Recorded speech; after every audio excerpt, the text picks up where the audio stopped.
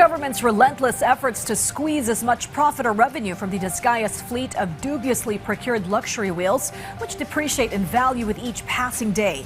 A number of them went under the hammer today, of which 3 were successfully auctioned. Our Gab Humilde Villegas lays out the details in this report.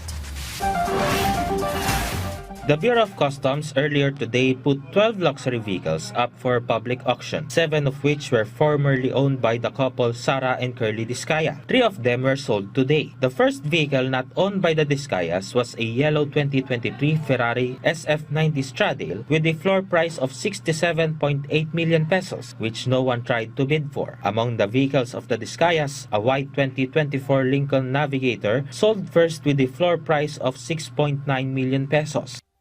Cantineta Espresso Concepts acquired the vehicle for 6.95 million pesos.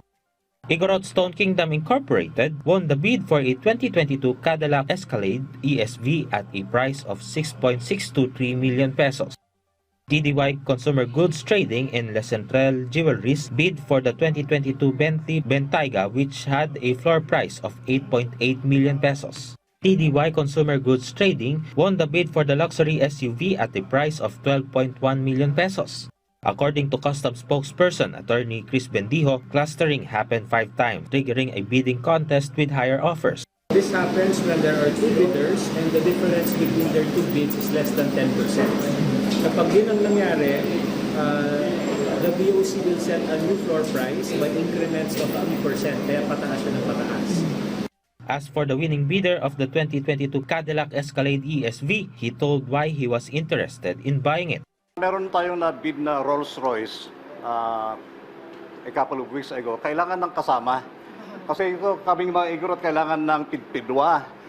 Hindi pwedeng isa lang, kailangan may kasama lagi.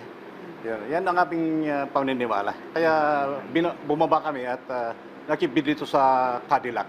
Sir, ba't di pa Na bulletproof no?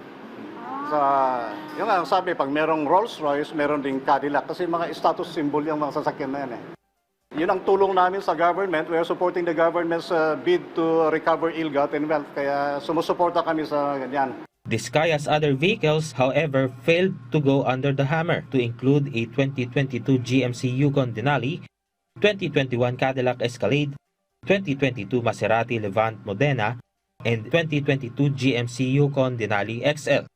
The total amount collected by the BOC from the today's luxury vehicle auction reached 25.771 million pesos. Gab Humilde Villegas from the National TV Network for New and Better Philippines.